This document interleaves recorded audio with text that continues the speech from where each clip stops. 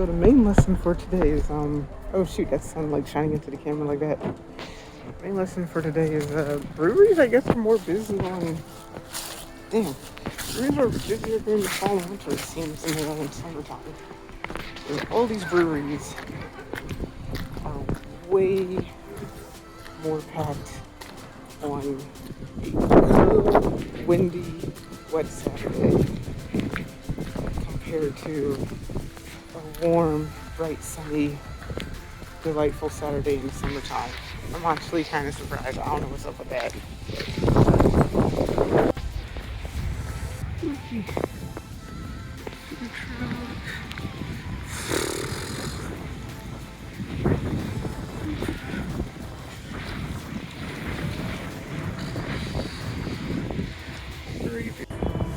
So as you can see, we're now inside Ornery.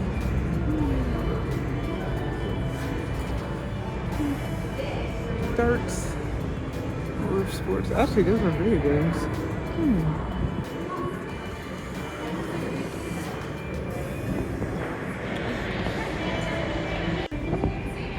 And more importantly, we got a flight of beers. That's something I don't think I explained before. The reason I didn't get a flight of beers at what's it called?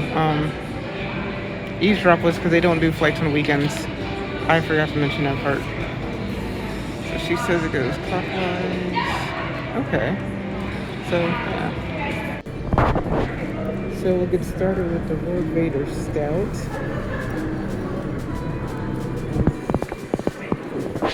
Which is an Imperial Stout Bowman Barrel Aged. Aged in bourbon barrels from Bowman Distilling.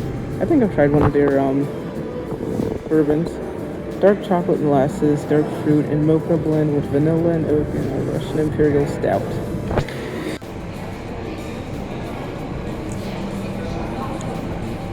I like the little goblet that they use. That is really, really, really good. It's a bit strong in flavor, as in like if I felt like I've had a lot of flavorful beers today, so this almost feels really overwhelming. Like I feel like I really need something lighter with all the flavorful beers I've had. But the strongest thing that comes through is the dark fruits and that mocha. That's the strongest thing that comes through to me.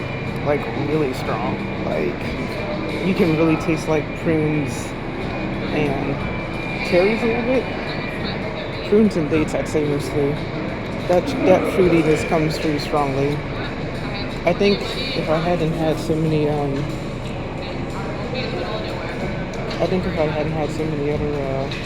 what's the word? Flavorful beers today, I would appreciate this more. But the Lord Vader is really, really, really good. I just read this entire thing and this thing wasn't recording, so that's fine. Anyways, next up is Down With It, the Vit Beer, unfiltered wheat ale with coriander and orange peel additions, cloudy with fruity aromas and flavors and a slight tartness from orange peel. So, let me zoom out a little bit. That's really zoomed in. As you can see, it's nice and unfiltered if this thing wants to focus. I probably need to clean my lens.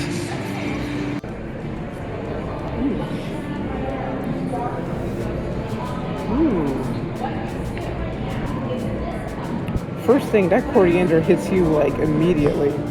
Like, holy cow, first thing you legit taste is like nothing but coriander. Which I'm kind of torn about. I like wheat beers because of how simple they can be. But I honestly don't like the ones that are like heavy in coriander. Like I know where I live we get a lot of what's the company name? Dogfish Brewery beers. And they have that that wheat beer. And I was so excited to try it because people are always praising Dogfish. And Dogfish was one of the first like craft beers I had tried years ago. And I'm like, oh my god, you know, I was thinking it was going to be like a Blue Moon because it's a wheat beer, but that wheat beer they make, that thing was heavy in coriander. Yeah, I don't think I like the wheat beers that are heavy in coriander. Like, it's an interesting flavor, but I think I prefer when it complements the other flavors than when it's the strongest flavor in the beer. I mean, I can taste the orange, but the coriander is like the strongest thing in the beer. I'm not really a big fan of that, to be honest. But that's what I always find with wheat beers is that most wheat beers have coriander, but different wheat beers, they either emphasize the coriander or they have it more in the background. I think I like the ones with it more in the background. But if you are someone who really likes the coriander flavor in wheat beers, then definitely try Ornery's Belgian style wheat beer, because you'd probably really like this then. So next up is Little Tart, a golden ale brewed with tart cherries for a bright, tangy, refreshing ale with delicate floral flavors, clean and refreshing. And this looks pretty too. Look at that.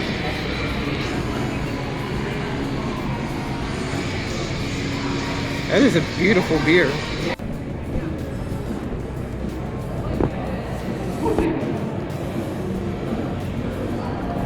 Honestly, my first thought is this isn't really a golden ale. It's technically red. Well, okay, the camera doesn't seem to pick it up very well, but that's definitely like a red color, but that's besides the point. First thought is that is really good. It really tastes like cherries. That's amazing. That's delicious. Holy God, that really tastes like cherries. That is really good. But yeah, cherries with that nice floral complement in the back that you can really taste. I like that a lot. That is delicious. That's definitely a nice summertime beer. Like just, ooh, especially summertime, like at night when the sun's gone down or it's starting to go down and it's starting to get just a little bit cooler. Like it's still like 80 degrees, but it's not as hot as it was when the sun's out. That is a really good beer. I like that a lot. Next up is Pumpkin Slayer. I'm trying to remember if I've reviewed a pumpkin beer on this vlog before. I think I have when I went to what's its face? What is the name? Shoot, Two Silos. Yeah, I'm pretty sure the pumpkin with Two Silos. Anyways, a Goodiest beer. That's supposed to be like gourd. Anyways, Goodiest beer brewed with lots of pure pumpkin and spiced with all the fall flavors, including cinnamon, ginger, nutmeg, and allspice. So hopefully that means that this should actually taste like pumpkin and not just the spices.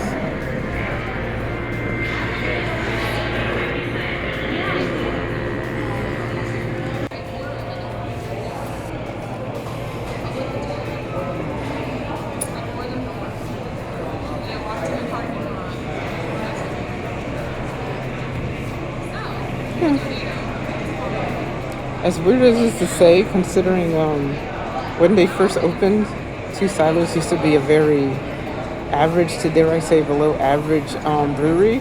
I kind of like Two Silos more, just because I could taste a lot of their the pumpkin in their pumpkin ale more.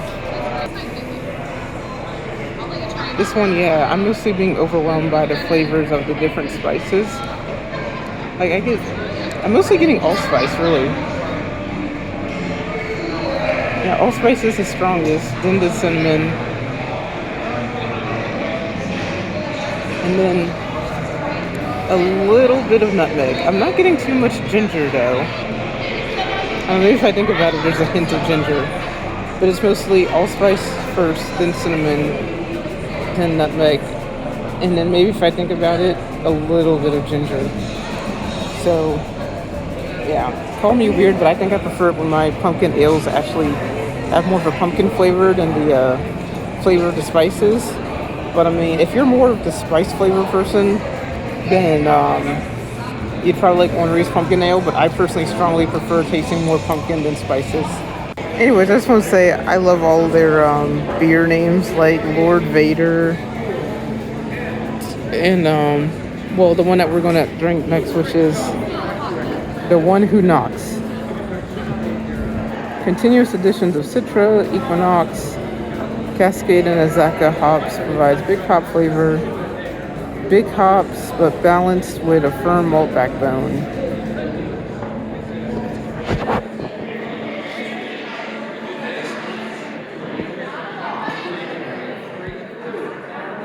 That's pretty. This has been sitting for a while, but it still has the little bubbles going up. Damn, I could watch that all day.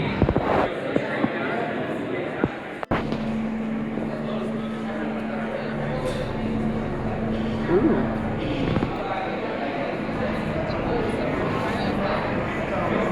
Okay. First thought, this beer is a perfect balance to the other two beers I've had, that Pumpkin Slayer and the Little Tart. You know, heavy with a lot of flavor. And having this nice bitter IPA to help balance that all out is very appreciated. It is definitely hoppy. I just noticed it's a double IPA too. And yeah, I mean, admittedly it's nothing special. It's your typical double IPA. I personally like it a lot because I prefer, if I'm drinking a West Coast style IPA, I prefer it's a double. I don't know, something about regular West Coast IPAs just kind of like, I hate to say it kind of bores me, man. But this double is, it's good. I mean, I said it's nothing special, but it's good. So sometimes you don't need anything over top or crazy or anything. You just want something, you know, like simple. I'll say this, it's definitely flavorful as much as a double IPA can be. As in, you have a lot of those hops flavor, you have a lot of the typical, mostly floral in this one. You don't get those like tropical flavors you get. This is definitely more of a floral IPA, but it's still really good. Last but not least, another IPA, because they didn't have another stout to go with this cold fall day. Well on El Dorado. Yeah, okay. So anyways, lighter straw colored unfiltered IPA, which is probably a fancy way of probably saying it's a juicy IPA. Highlighting quail, melon, El Dorado, and Idaho 7 hops, creating hints of melon, tropical fruits, pineapple, and stone fruit. So yeah, that sounds like a, what's it called to me?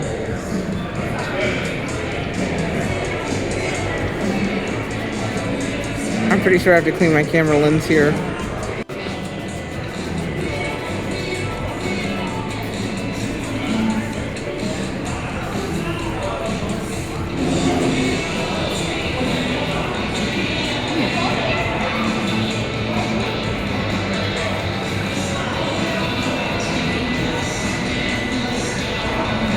It's definitely juicy, but first thought is that is really juicy, like really, really, really juicy. Which is weird because it doesn't look like it. Like, yeah, it's hazy, but it doesn't look like it would be that juicy. That is a really, really juicy IPA.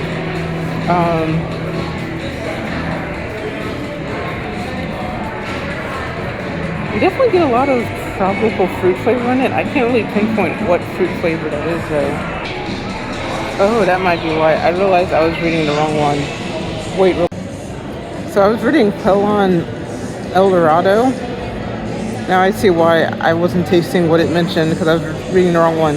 I really have Coast is Clear, which is lots of Mosaic, Izaka, and Amarillo hops combining for a complex blend of fruity, floral, and tropical hops flavors and aromas. So, I mean, it's similar, but yeah.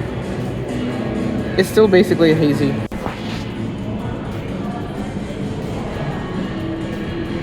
Yeah, that explains the lack of stone fruit. I was confused by that at first. It's still good though, don't get me wrong. It's just really juicy, which I know doesn't really describe the flavor very well. I mean, it's just really juicy and fruity. Like, I wish I had better words to explain it. Just, I don't know, compile a list of every tropical fruit flavor you can think of, and that's kind of this beer. It's really juicy, really fruity, really good. Okay, this music might be a bit too loud, but we got a Pilsner here, and I'm now waiting for a gyro quesadilla, because I figured, you know, let me eat something to help absorb a lot of this alcohol before I even think about going back home right now. Because I live in America, where public transportation is a fantasy. Well, okay, I should say I live in the suburbs, an American suburb, where transportation is a fantasy. So, yeah. But either way, we'll eat something, try out another beer here, and head on home and just chill for us today. I think I do have a punk show or a metal show to go to tonight, but we'll see. The day's still young, so we'll see. So these are the gyro quesadillas from Rolling Wraps food truck in Northern Virginia. I was gonna get a regular gyro wrap, but I'm like, quesadillas, I gotta try that.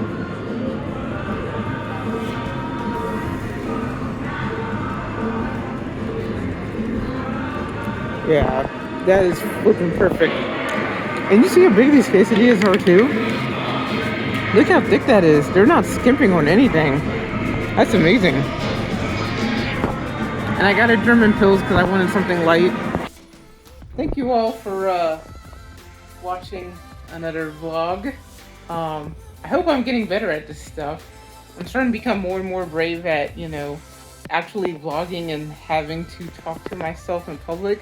I'm trying to like change my perspective, you know, trying to be like, I'm not talking to myself. I'm talking to you guys, everyone that, you know, comes across this vlog, right? I mean, that's why I'm recording in the first place. Hope you guys enjoyed these breweries. And more breweries in the future. I honestly have no idea where I'm going to go after this, because all the breweries we've seen so far are all breweries I've been to before in the past. I have not visited any other breweries in Manassas anyways yet. I'm not really sure what else is around besides Bad Wolf. I know I mentioned that before. Bad Wolf is the only brewery I know that I've yet to visit in Manassas. So I can't help but think, you know, we're going to have to start leaving Manassas soon here, which is exciting, don't get me wrong. But yeah, like I know there's Lost Rhino in Sterling. I've actually done a lot of artwork for them before in the past, actually. In case you guys don't know, I'm a graphic designer. I used to work at a sign shop. We did a lot of stuff for Lost Rhino, which was really cool. But other than that, yeah, I used to do a bunch of stuff for Lost Rhino when I worked at the sign shop. So I'm familiar with them, but I haven't had their beers yet, which is really bad for someone who used to work right next to them, basically. There's Ocelot too, which is in that same area. I used to do artwork for them. There's a lot of breweries around this area outside of Manassas. So I guess there will most definitely be a video including Bad Wolf Brewery coming up here soon enough. But after Bad Wolf, I don't think there's any Manassas breweries I've missed yet. So we're about to leave Manassas here soon enough, guys, and I'm kind of excited for that. Hope you all enjoyed this video. Don't forget to like and subscribe, ring the bell so that you can actually see when I release new videos, because YouTube is really weird with actually showing the people you subscribe to your videos. Thank you all for watching. Talk to y'all later.